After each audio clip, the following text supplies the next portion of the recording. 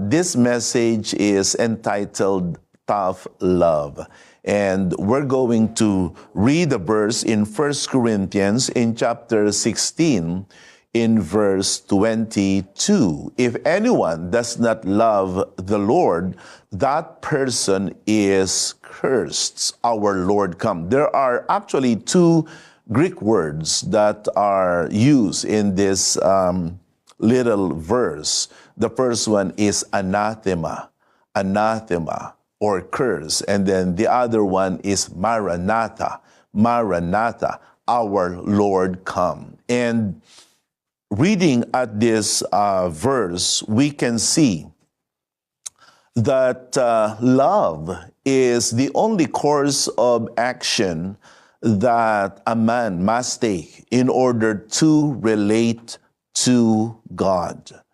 There is a sense of absoluteness in these words. If there's anyone who doesn't love God, let him be accursed. Let his existence be cursed and be done with. This is one sobering verse to really ponder and to think about. Na yung hindi umibig sa Diyos ay matatakwil ng Diyos. It is even quite frightening, really, to think about that if anyone fails to love God, he will be cursed. God doesn't care about other traits you possess. If you do not love the Lord at the end of your day, if you do not have passion for Him, love for Him, you will not enjoy eternity with Him. And I cannot help but step back and look at the kind of generation that we are living these days. Our generation is fast becoming very much advanced in technology. I even remember one author saying that our generation has become technologically intoxicated. Ganun ka bilis ang pagsulong ng teknolohiya na tayo ay nalalasing na rito. But despite the advancements of technology, yes, we remain religious. But I wonder, how many people today that claim to have a religion, that claim to have some religious affiliation, really do love God? And I think this is one question that we also need to ask ourselves. You who are watching now this program, Oras ng Katotohanan, do you really love God? Do you have the love of God in your life?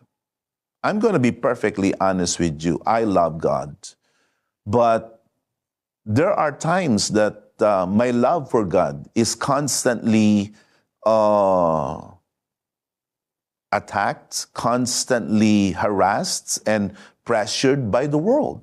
Because andito pa rin tayo sa sanglibutan na ito. And so there is a need for us to preserve our love for God. Good if you answered my question in the affirmative na may pag-ibig ka sa Diyos. At yan ay dapat mong ingatan. Yan ay dapat mong pahalagahan. Sapagkat nabubuhay tayo ngayon sa panahon na maraming mga nagsasabing may relihiyon, subalit wala silang pag-ibig sa Diyos. And this is not something that is tragically is happening in our day, but even back then, in the time of Jesus, our Savior saw already this dilemma that people were religious, but at the same time, their hearts were actually disconnected and distant from God. In Matthew 15, in verse 8 and 9, these people honor me with their lips.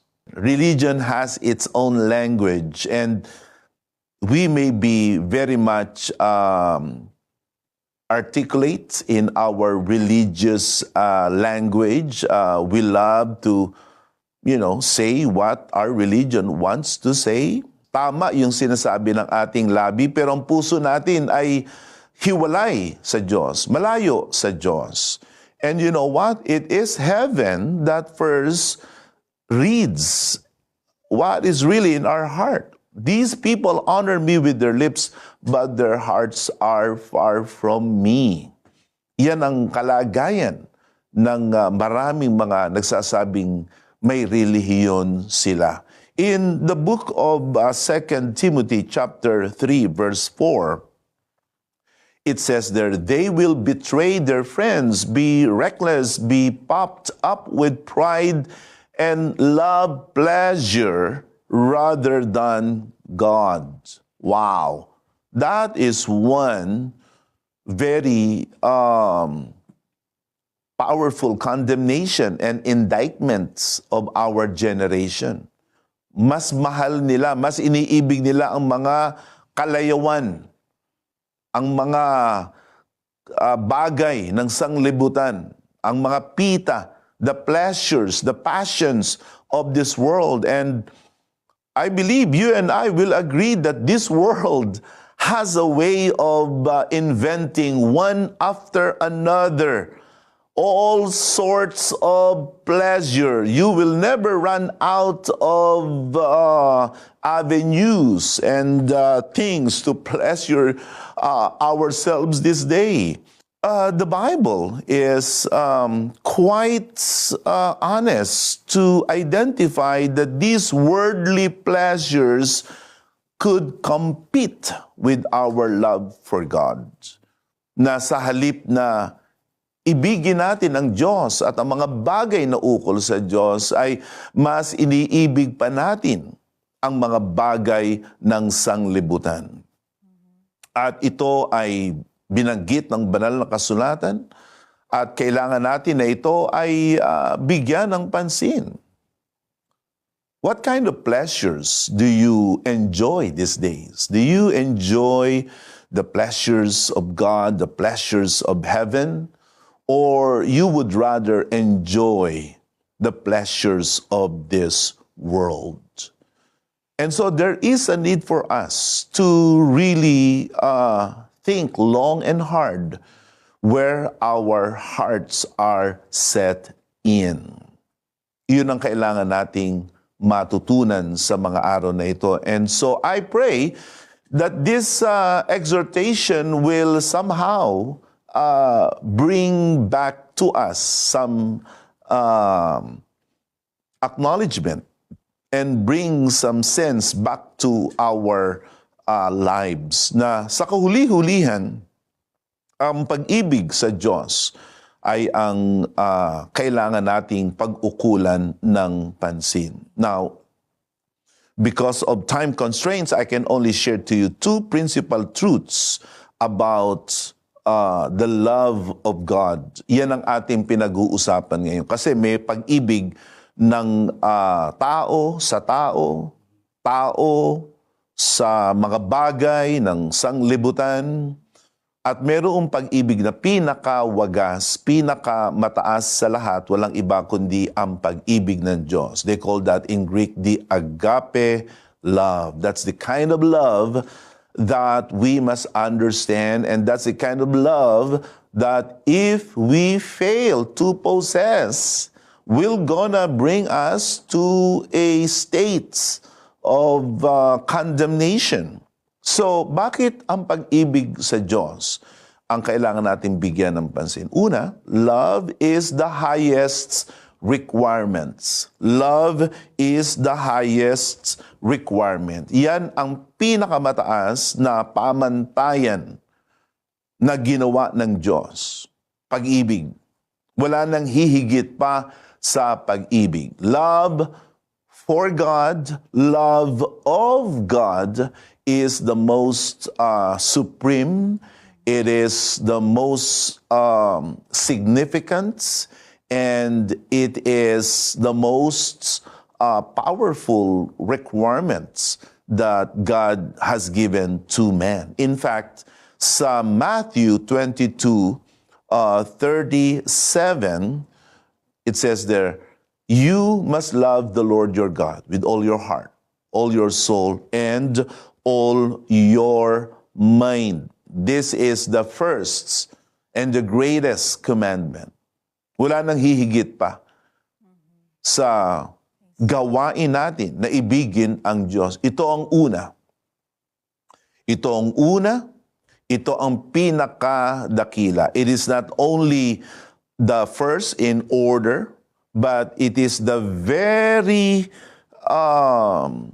law that defines our relationship with God. Kaya kapag tayo ay mabigo na umibig sa Diyos, ay nabigo tayong maigi. Failure to love God isn't just a so-so failure, but it is a damning failure. Kaya nga ang sabi ng ating tekstong binasa, ang sino mang hindi umibig sa Diyos ay matakwil siya. Because of the place that love occupies in God's province. It is the first, it is the greatest commandment. 1 Corinthians in chapter 13, verse 13, it says, three things will last forever: faith, hope, and love.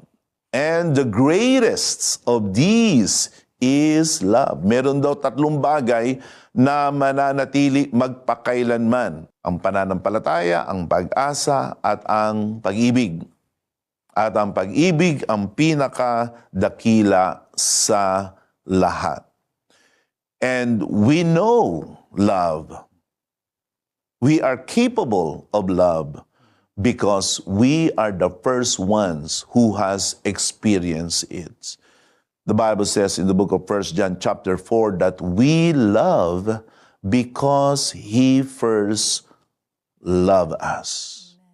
And so this is what we need to understand. Ito ang ating unang dapat maunawaan. Ang pag-ibig ng Diyos sa atin.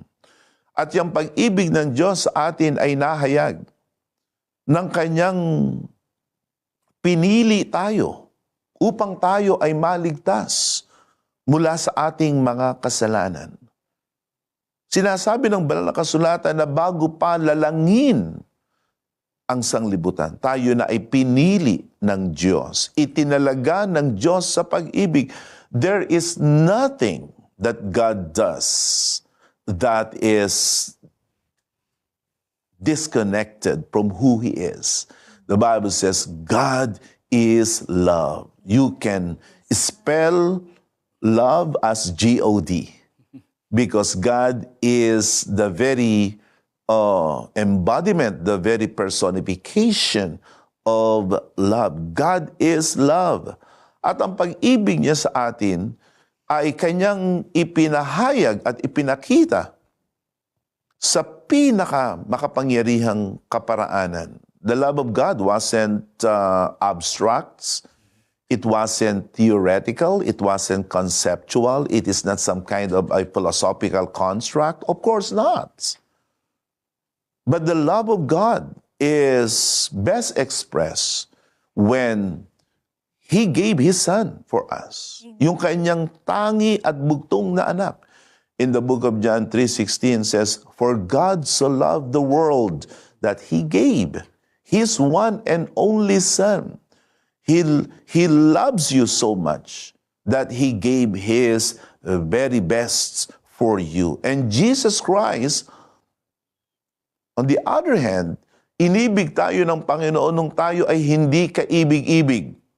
Nung tayo ay hindi katanggap-tanggap. Again, this is a far cry from how we love. Iba ang matrix ng pag-ibig ng Diyos. Bago natin ibigin ang isang tao, kailangan ay, He checks all the boxes. Ang Diyos, we have never checked any of God's boxes. Tayo ay bagsak sa lahat ng pamantayan ng Diyos.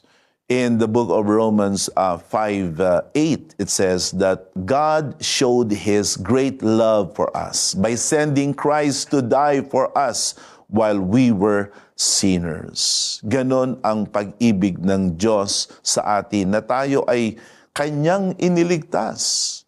You know, in my experience, especially when I was in the United States, I have saved about 3 people from drowning. At ito masasabi ko, kung hindi ko yon na tiyempuhan at hindi ko sila nasagip sa mga oras na yaon, patay na yung mga nasagip na yaon. Because I saw in their face already the face of death. Wala silang kakanyahan. Kahit gaano mang magkakawag sila, malulunod sila at sila ay mamatay. Mabuti na lamang mayroong mas malakas na nakasagip sa kanila sa tamang oras at panahon. In this particular context, it is not just a man who is drowning. It's the whole world. The whole planet Earth, the whole world is drowning in sin. We're falling. But thank God, before we hit the ground, before we break to pieces, Jesus Christ broke our fall. He saved us just in time so that we will not suffer the consequences of our sins. He loves you so much. And if you are watching this program right now, you're listening to this program right now, and you're thinking of, maybe I should harm myself, maybe I should engage in some kind of self-harm, cut myself, or, you know, whatever it is that your dark thoughts are telling you to do, realize this. You are loved. God loves you so much. And that kind of love for God is the one that must define and characterize the way we live these days. Hindi tayo pwedeng maging anak ng Diyos kung wala ang pag-ibig ng Diyos. Tayo ngayon ay nasa tunay na iglesia ng Panginoon at ang buhay natin ngayon ay buhay ng pag-ibig. In the book of Ephesians chapter 5 verse 2, it reads, "Live a life filled with love, following the example of Christ. He loved us, offered Himself as a sacrifice for us, a pleasing aroma to God." Kaya hindi tayo pwedeng mabuhay sa iglesia ng Panginoon, sa kaharian ng Panginoon na walang pag-ibig. Lahat ng ating dapat gawin, lahat ng ating dapat sabihin, lahat ng ating dapat iisip, lahat ng ating dapat igawi ay kailangang magawa natin sa pamamagitan ng pag-ibig. Gusto mo bang maglingkod ng tapat? Maglingkod ka ng may pag-ibig. 1 Corinthians 14 verse 1 tells us this, "Let love be your highest goal. But you should also desire the special abilities the Spirit gives, such as the ability to prophesy." Let love be your highest goal. Ano man ang iyong gagawin, paglilingkod, ano man ang iyong gagawing paglilingkod sa mga kapatid, kailangan gawin natin ito na mayroong buong pag-ibig. So love is the highest requirement. Whatever it is that you do, give, pray, serve, minister, sacrifice, witness. I mean, I could go on and on with the long lists of things we ought to do as servants of God, but let it be all defined and characterized by love. Number 2, love is the most compelling distinction. What do I mean by love is the most compelling distinction? Well, it simply means that love is what defines us as God's children. In the book of 1 John, in chapter 4, in verse 8, "Anyone who does not love does not know God, for God is love." Ito ang magbibigay ng katunayan na tayo ay mga anak ng Diyos kung tayo ay umiibig. At pag wala tayong pag-ibig, ay hindi natin kilala ang Diyos at ang Diyos hindi tayo kilala. And what should we do? Well, we must first of all express our love for God by loving His commands. Madaling magsabi na, mahal ko ang Diyos. Subalit, mahal mo ba ang Kanyang mga utos? Mahal mo ba natuparin ang Kanyang mga palatuntunan? In the book of 1 John chapter 5 verse 3, it says there, loving God means keeping His commandments. So there is no equivocation at all in that statement. Ang umibig sa Diyos, tutuparin ang Kanyang mga utos. At ang Kanyang mga utos ay hindi raw mabibigat. So mag-isip kayo ng anumang utos na ipinapatupad sa Iglesia ng Panginoon. At sa Iglesia ng Panginoon, yan ang utos sa mga apostol. Ang mga apostol ay ang tagapagturo kung papaano tayo gaganap ng utos ng Diyos. Kaya napakahalaga na may buhay na apostol. Sa Matthew 28:20, teach them to obey everything I have commanded you. It's good. You have initiative. Praise God. Well and good. But that doesn't negate the role of the true sent ones of God in your life. And apostles, they are God's expression of love for the church. Ang apostol ay kaloob, regalo. Mahal tayo ng Diyos, kaya tayo ay niregaluhan. Tayo ay binigyan ng kaloob, ng mga kumpletong kaloob upang tayo ay turuan. But it all boils down to our obedience. He who obeys loves. Yung sumusunod sa utos ng Diyos, yan ay ang umiibig sa Diyos. Number 2, we must love His church. We must love His church. This is a no-brainer, ika nga. Well, in the words of the generation today, it's matik. Totoo yan. Pag mahal mo ang Diyos, mahal mo din ang mga tao na minamahal ng Diyos. In the book of Ephesians in 5:25, husbands, this means love your wives. Can I hear an amen from those of you who are married? Just as Christ loved the church. Mahal ni Kristo ang iglesia. So dapat mahalin din natin yun. If you love truly God, if you claim to truly love the church or Christ, you should love the body of Christ, which is the church. I know the church, we as a people, we still have a lot of imperfections. Marami pa tayong kapintasan. We are all a work in progress. But that is where the love of Christ must come in. Inibig ba tayo ng Diyos nung tayo ay sakdal na sakdal, nung tayo ay kumpletong-kumpleto? Hindi naman po, di ba? Tayo ay inibig ng Panginoon nung tayo ay kasuklam-suklam. When we were at our most despicable state, that's the time Christ Jesus loved us. And so we must love the church. We must love everything that the church represents. 1 Thessalonians 3:12 says, may the Lord make your love for one another and for all people grow and overflow, just as our love for you overflows. Mahalin ang ating mga kapatiran. Mahalin ang iglesia ng Panginoon. Lalo na tayo nilagay sa kanyang tunay na paglilingkod. Mahalin ang bawat isa, paglingkuran ang bawat isa. At panghuli, we must love our neighbor. Sino itong ating kapitbahay? Well, silang ating kapitbahay. These are the people that are around us that are not necessarily part of the family of God. So, a good Christian is a good neighbor.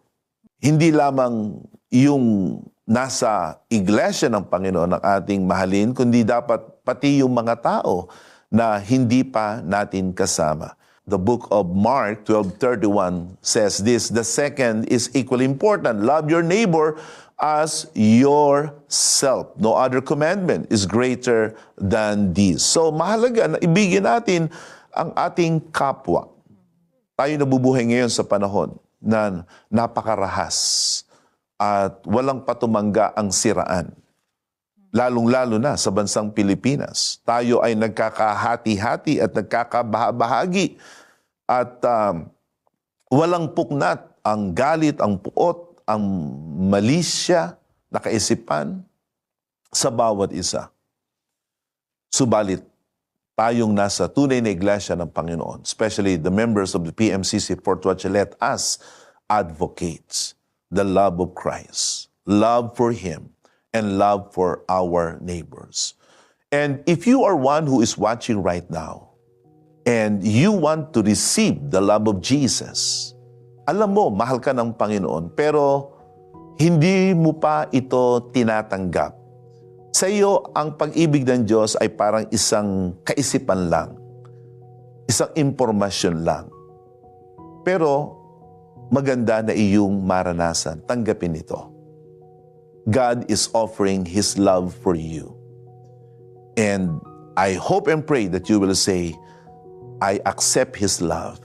I accept His Son, Jesus. I believe Jesus came into my world to save me because He loves me. He loved me so much that He bled and He suffered and He died and He rose again so that I can have this love in my life right now. Ito ba ang iyong pagpapasya? Ikaw ba ay nagnanasa na ikaw ay maligtas sa iyong mga kasalanan, tanggapin ang pag-ibig na mula sa Diyos? I'd like to guide you in this short prayer. I want you to follow this prayer with me. Tayo manalangin. Ama naming Diyos, kinikilala ko na ako'y makasalanan at pinagsisisihan ko ang lahat ng mga ito. Tatalikuran ko ang aking mga kasalanan at aking kinikilala ang pag-ibig mo sa akin sa pamamagitan ng iyong bugtong na anak na si Jesus, na siyang nagdusa, namatay at nabuhay na muli para sa aking kaligtasan. Maraming salamat, Panginoon, na sa kabila na ako'y makasalanan, ay ako'y inibig mo. At ngayong araw na ito ay nais kong ibigin ka, baguhin mo ako, at gawin mo akong iyong anak. Ito ang aking dalangin sa pangalan ni Jesus. Amen. Kung iyong idinalangin ang panalangin na yon, ang Panginoon ang duminig sa iyo. And I want you to visit any of our PMCC Fort Watch congregations. We are practically everywhere. Luzon, Visayas, Mindanao, and across the world. But if you want to have a specific direction as to where you can, visit so that you can get baptized, because that is the next step that you must take. Get baptized in water. In baptism, you put on Christ and you become a new person. You get a new name. You get a new life. You get a new future in Christ. So go ahead, get baptized, and call now the numbers that are on your screen, and also scan the QR code, and everything you need will be there. And once again, thank you so much for joining us in this program.